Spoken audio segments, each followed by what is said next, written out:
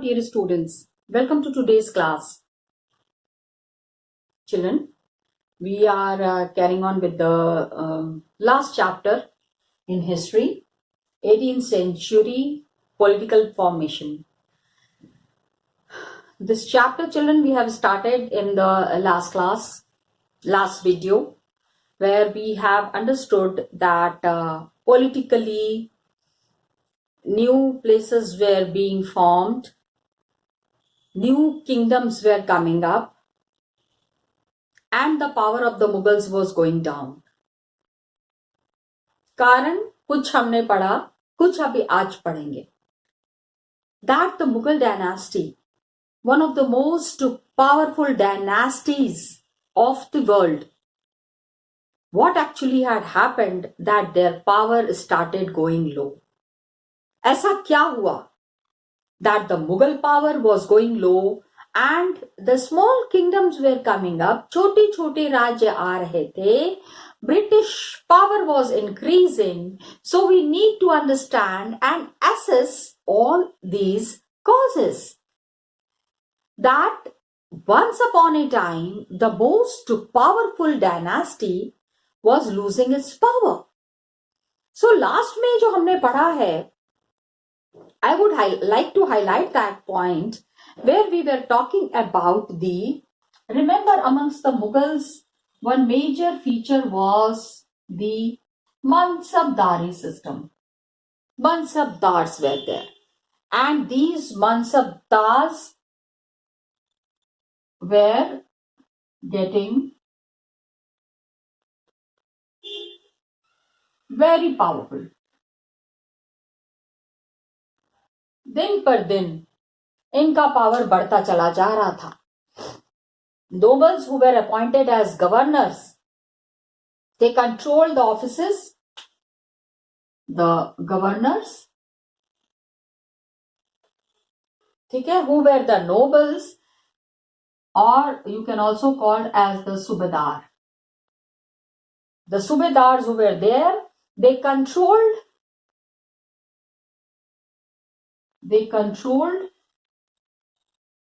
the offices of Diwani and Faujdari. Diwani and Faujdari. Last में हमने ये discuss किया था. दीवानी इज मतलब जो टैक्सेस कलेक्ट करते हैं, रेवेन्यू, एंड फौजदारी is, you know it very well, military.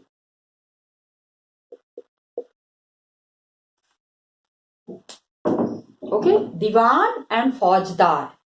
That means the tax commissioner and the defense commissioner. So I'm just giving a different name so that it is easy for you to understand. That is there. So they got political, economic and military powers over vast region. Mughal Empire काफी सारा area इनके under में था. Lot of areas they were controlling, collecting taxes, appointing the people in the military.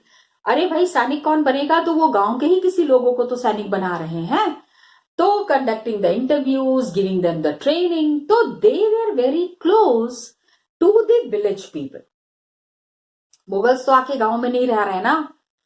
Mughals have appointed these subedars, these divans, faujdars, who are collecting the revenue, managing the security, looking after the administration. तो daily interaction इनका होता था लोगों के साथ.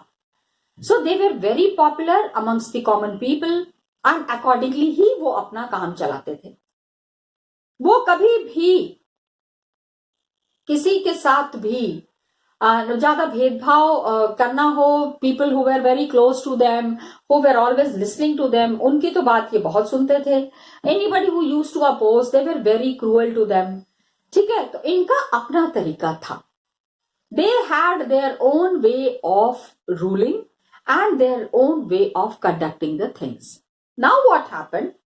So they got immense power. Immense means बहुत सारा. They got immense power and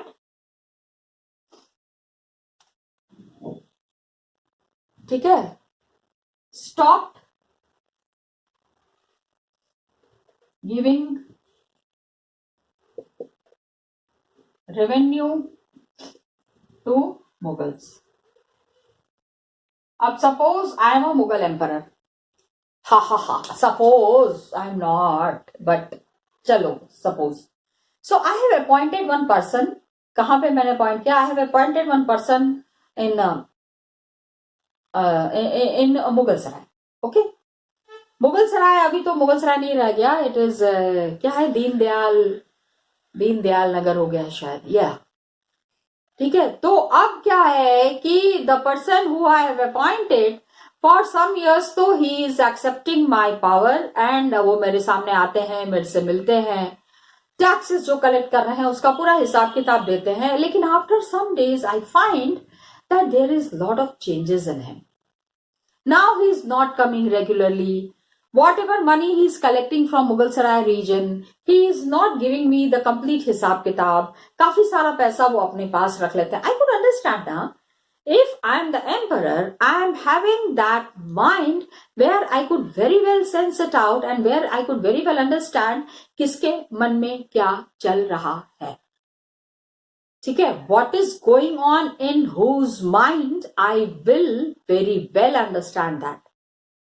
So when I see this, I talk to the person, but then the person says कि ऐसा है मालिक हुकुम, मेरा तो अब आपके साथ काम करने का मन नहीं है, गांव में ही मैं सेटल हो गया हूं, वहीं से सारा रेवेन्यू मुझे मिल रहा है, my life is very settled and my life is very comfortable. I do not want to give you any हिसाब किताब. So what do I do? अब मैं क्या करूंगी या करूंगा if I am a Mughal empire? Okay, ये तो हो ही रहा था. अब मुगल एम्पायर का the money was decreasing day by day, and apart from that peasants and zamindars rebelled.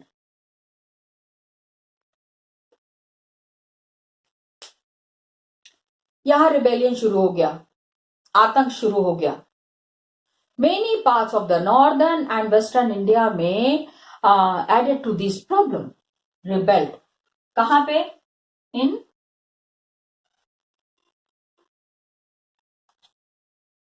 Northern and western India. In northern and western India.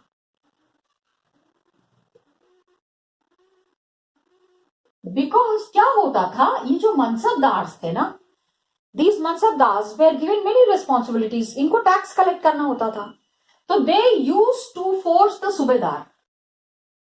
इस बार का टैक्स लाके नहीं दिया है तुमने, क्या समझते हो तुम अपने आप को, जाके टैक्स कलेक्ट करके लाओ. So he will go and in return he will torture the peasants and the zamindars. क्या बात है, अभी तक टैक्सेस को नहीं मिला है? तो it was majorly because of the pressure of mounting taxes. Rebellion was because of the pressure of mounting taxes.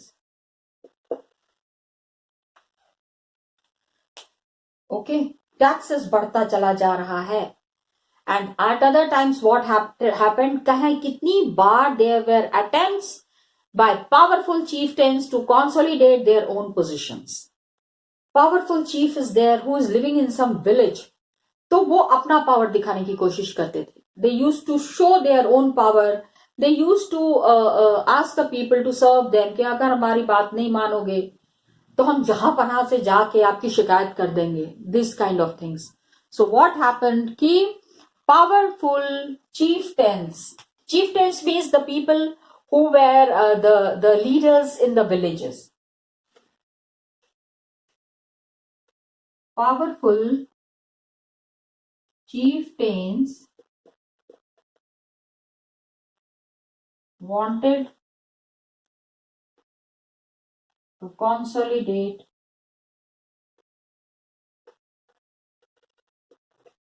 their power. अपना पावर दूसरों के ऊपर दिखाने की कोशिश करते थे एंड देयर पोजीशन. अब क्या हुआ, Mughal authority continuously they were challenged by the rebellious groups. ये continuously people were going against the Mughals and this was a very tough time for the Mughals. कि किस तरह से अपना पावर बना के रखें. Nobody was there to listen to them. हर तरफ से सिंपल लैंग्वेज में बनाए से बगावत हो रही थी. लेकिन पहले भी ऐसा होता था that Mughals were challenged by rebellious groups. Mughals were challenged by rebellious groups. Got it? अलग अलग ग्रुप्स हैं, अलग अलग तरीके से मुगल एम्पायर को चैलेंज करने की कोशिश कर रहे हैं, मुगल एम्पायर्स स्पेशली. लेकिन क्या होता था, these groups were now able to seize the economic resources of the region to consolidate their position. अब इन्होंने क्या किया, they have captured the economic power of the Mughals. Mughals का जितना भी इकोनॉमी था, these people were taking in their own hands. जो rebel कर रहे थे, the people who were rebelling, they were controlling the economic resources of the region. अब this was a tough situation for the Mughals. Please understand that the rebellious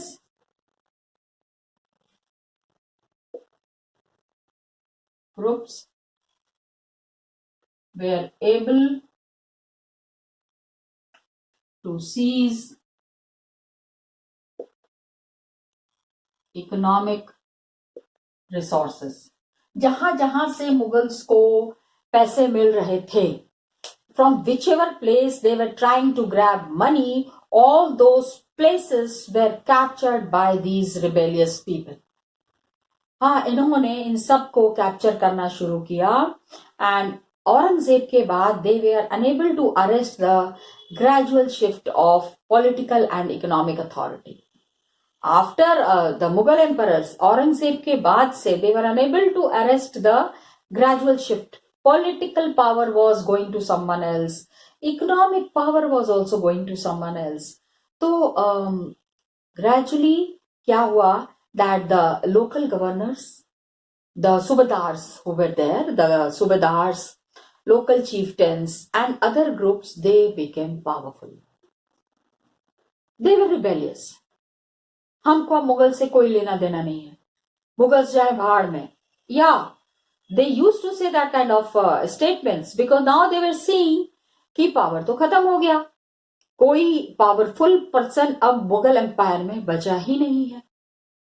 No powerful emperor is left after, especially after Akbar.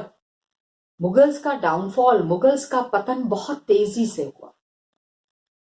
I mean with lot of speed the Mughals were going down.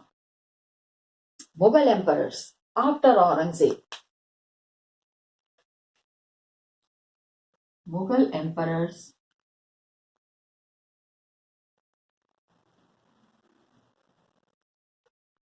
after Aurangzeb, ठीक है, were able to arrest the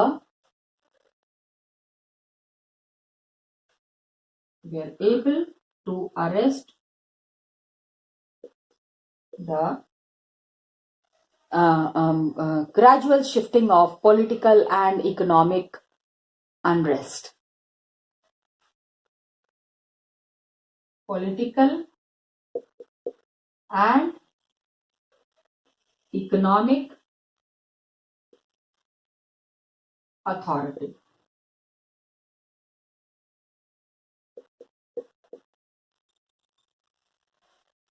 arrest, capture कर लिया, कब्जा कर लिया. Economic authority and political authority को इन्होंने अपने हाथ में ले लिया। एंड क्या हुआ, शिफ्ट हो गया। पहले power was in the hands of the Mughal empire, now it went into the hands of subedars, faujdars, यही लोग पावरफुल बन गए। हाँ, मुगल एम्पायर के डाउनफॉल के साथ द प्रोविंशियल गवर्नर्स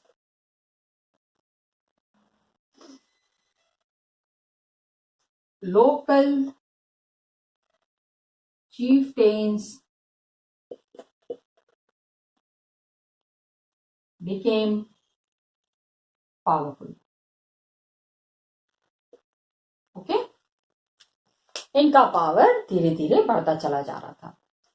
क्या हुआ, नाउ व्हाट वाज हैपनिंग, इतना सारा crisis was already going on in the Mughal Empire. In the meantime, what happened, that Iran ke Badshah, the ruler of Iran, Nadir Shah, invaded Delhi.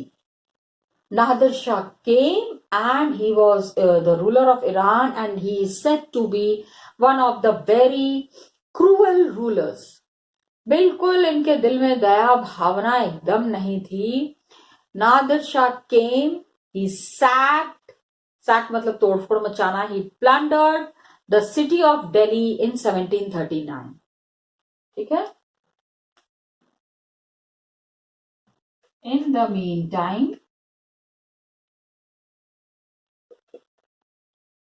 Nadir Shah came and sacked का मतलब थोड़ा मुझे discuss करना। Plundered Delhi in 1739। Got it?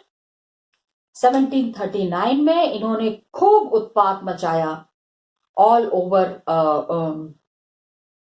Delhi. Tough time for the Mughals. Already इतनी crisis Mughals face कर रहे थे और ये तो नादिर शाह ने आके और ही वो कर दिया था। This invasion was followed by, इसके बाद तो पहले नादिर शाह है 1739 में, अभी नादिर शाह, who was नादिर शाह, ये भी याद रखना, who was नादिर शाह, यहां ये लिख देती हूं, रूलर ऑफ ईरान, ईरान के रूलर थे। ठीक है, नादिर शाह भी गए नहीं थे। He had already plundered and sacked and plundered the city of Delhi 1739 में, एंड खूब सारा यहां से खजाना लूट के ले गए। In the mean time the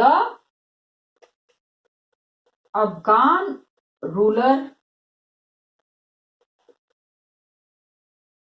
Ahmad Shah Abdali, ठीक है, came to India and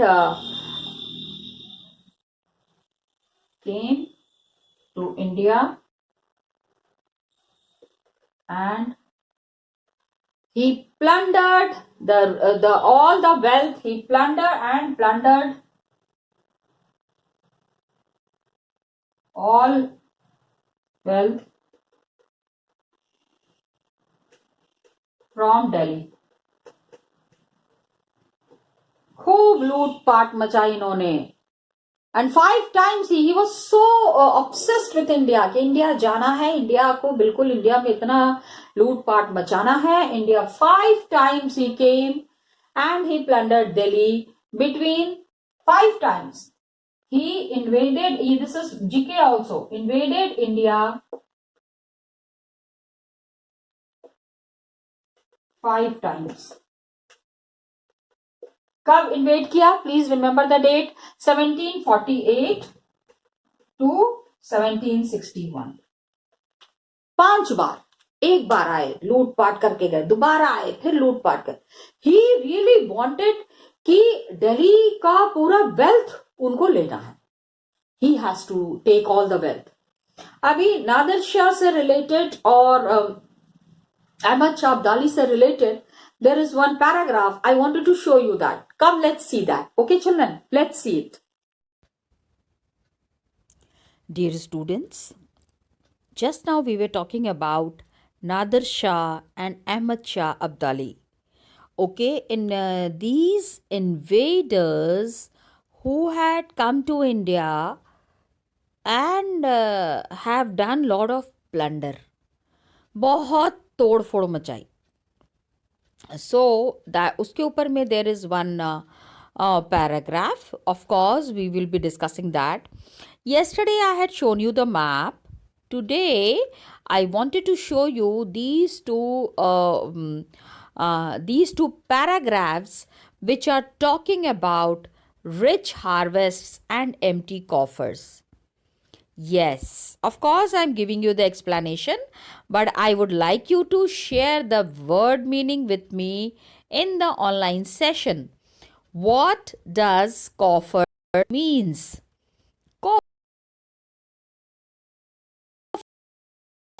That place, that idea where the complete, जो हिंदी में हम सिंपल लैंग्वेज में कहते हैं खजाना.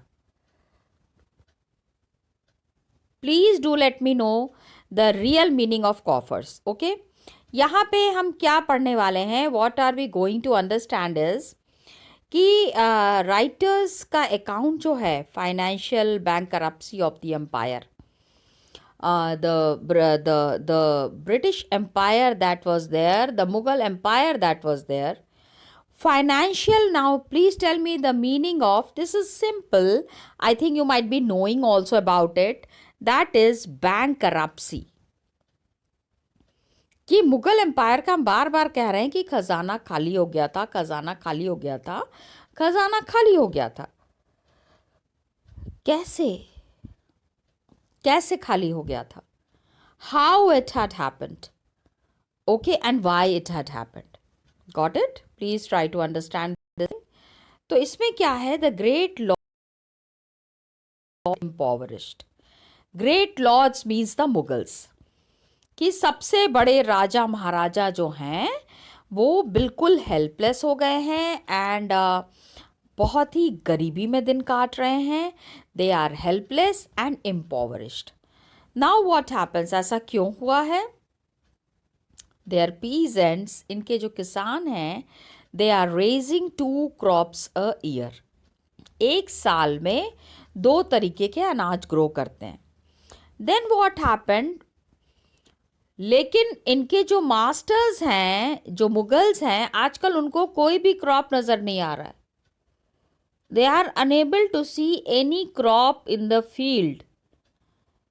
And their agents on the spot are virtual prisoners in the peasants' hands. मतलब एक टाइम था कि ये मुगल्स जो हैं, they were very harsh with the peasants, किसानों के साथ. लेकिन अब मुगल्स इतने कमज़ोर हो गए थे कि किसान जो हैं वो इनके जो लोग रेवेन्यू कलेक्ट करने के लिए आते थे, जो इनके एजेंट्स थे, मुगल्स के जो एजेंट्स थे, उनको ये कुछ नहीं समझते थे. They did not consider them good for good for anything. Peasants kept on his creditor's house until he can pay his debt. जानते हो, जैसे कि पीजेंट्स क्या करते थे कि the agents who were coming, जो लोग टैक्स कलेक्ट करते हैं, they were called as agents on the spot, were prisoners in the peasants hand. जो किसान थे वो इनको इनके ऊपर थे. जैसे peasant kept in his creditors house until he can pay his डेप्ट. जब तक उधार चुकता नहीं करोगे तब तक बांध के रखेंगे, बंद करके रखेंगे. ठीक है, that kind of an idea the peasants had. So complete is the collapse of all order and administration.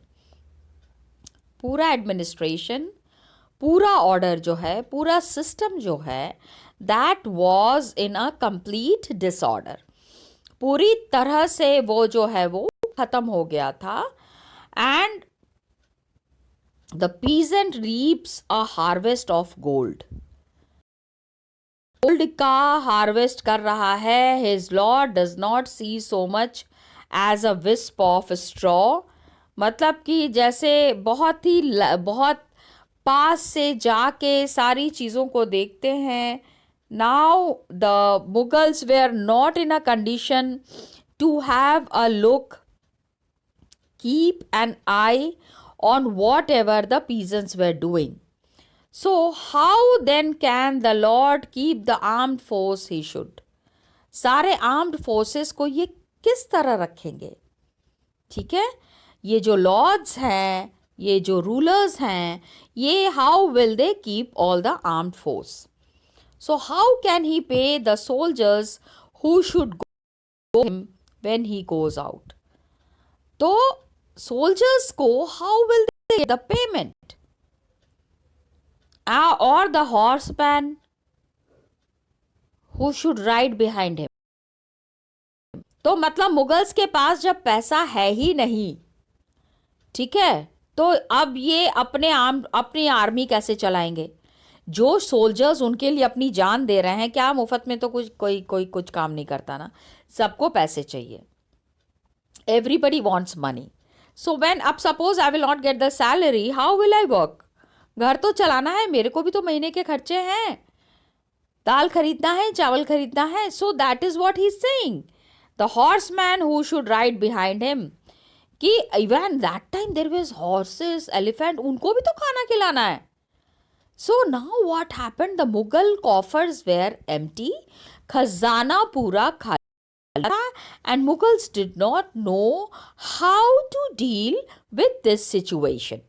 Got it children? हाँ, ये एक आपको मैंने बताया अंडरस्टैंडिंग रिच हार्वेस्ट. ऐसा नहीं है कि अनाज नहीं हो रहा था. Good kind of harvest was happening. बहुत सारा अनाज ग्रो हो रहा था, लेकिन जो मुगल्स का खजाना था वो पूरा खाली हो गया था. Got it? तो this is one of the examples. दूसरा एग्जाम्पल जो बता रही थी मैं, what we discussed today is कि two invaders were there, जो आक्रमण करके दिल्ली को पूरा लूट के ले गए. One was Nadir Shah and other one was Ahmad Shah Abdali. Got it?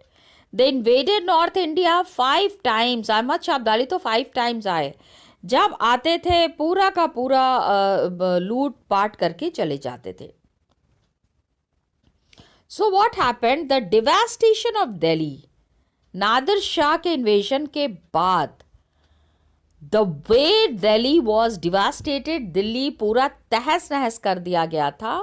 जिन लोगों ने ये चीज़ देखी, जिन लोगों ने ये नज़ारा देखा, उन्होंने बताया कि the wealth looted from the Mughal treasury as follows, कि जितना मुगल ट्रेजरी से जो चीज़ें ली गई थी उस पे कितना ज़्यादा इन लोगों ने लूट पाट की.